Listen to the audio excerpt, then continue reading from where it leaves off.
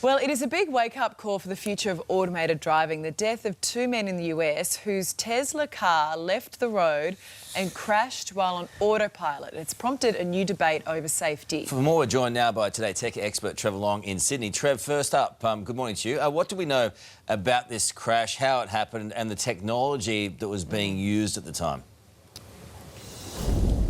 Well, all we know right now is that the car crashed and that the police say categorically there was no one in the driver's seat, that the two fatalities were in the passenger seat and the back seat. So what that raises concerns is that this Tesla like this one here, Carl, this is a very similar model, the Model S, was actually in what we call autopilot mode. So these cars are sold with autopilot as an option, which means it's using cameras on the front, cameras on the side, cameras all the way around the car to determine what's around it and actually help you kind of drive on the freeways without needing to have full control of the vehicle.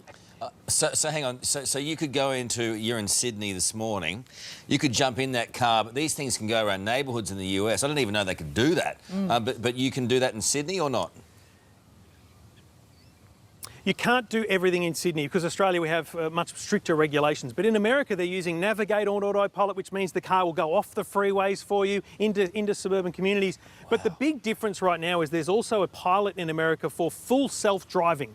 They're calling it full self-driving beta, which also uses all the same camera technology and the hardcore computer on board to determine everything around. So the stop lights, the traffic flow around you to literally go around and throughout communities. Not at all approved by regulators, just a trial by Tesla. But the problem here is the human element, Carl. You know, if you've got someone who drives this car and wants to show off to their mate, just take their hands off the wheel. Hopefully their hands are very close to the wheel. But if you jump into the passenger seat, you don't know what this car is going to do. So that's the problem, is actually the human element here involved in running these trials out on public roads. And that's the issue that we saw with this crash in the US, that there was no one in the driver's seat. We also heard from firefighters that they couldn't put the fire out. And when you look at that wreckage, that was an intense blaze because the battery kept reigniting, Trevor. That's got to be a big issue. Yeah. So if we move back a bit here and look at the whole length of the car, from the front wheel to the back wheel is just battery underneath. And so the problem with the battery is once the battery is pierced, it's flammable, and that's going to be a really enraging fire. Lithium-ion fires are very hard to control.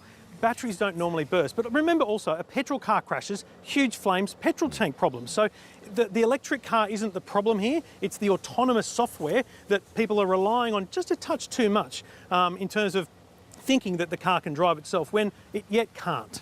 Okay, so we've actually seen, Ali and I have been looking all morning at this video of people driving along freeways in the US and they're all asleep in the car. I mean, it almost looks like Tesla's doing, you know, their own regulatory thing at the moment without worrying about actual regulation. It's like it's a test out there in the public without being regulated.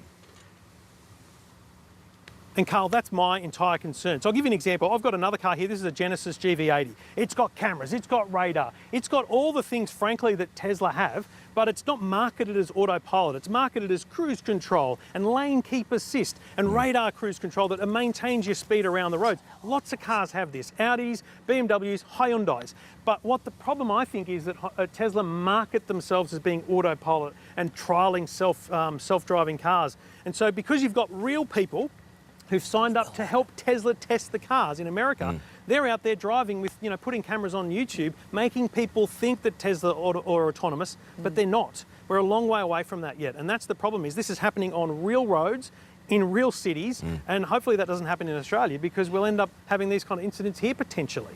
But do you think we will have automated driving in Australia at some point?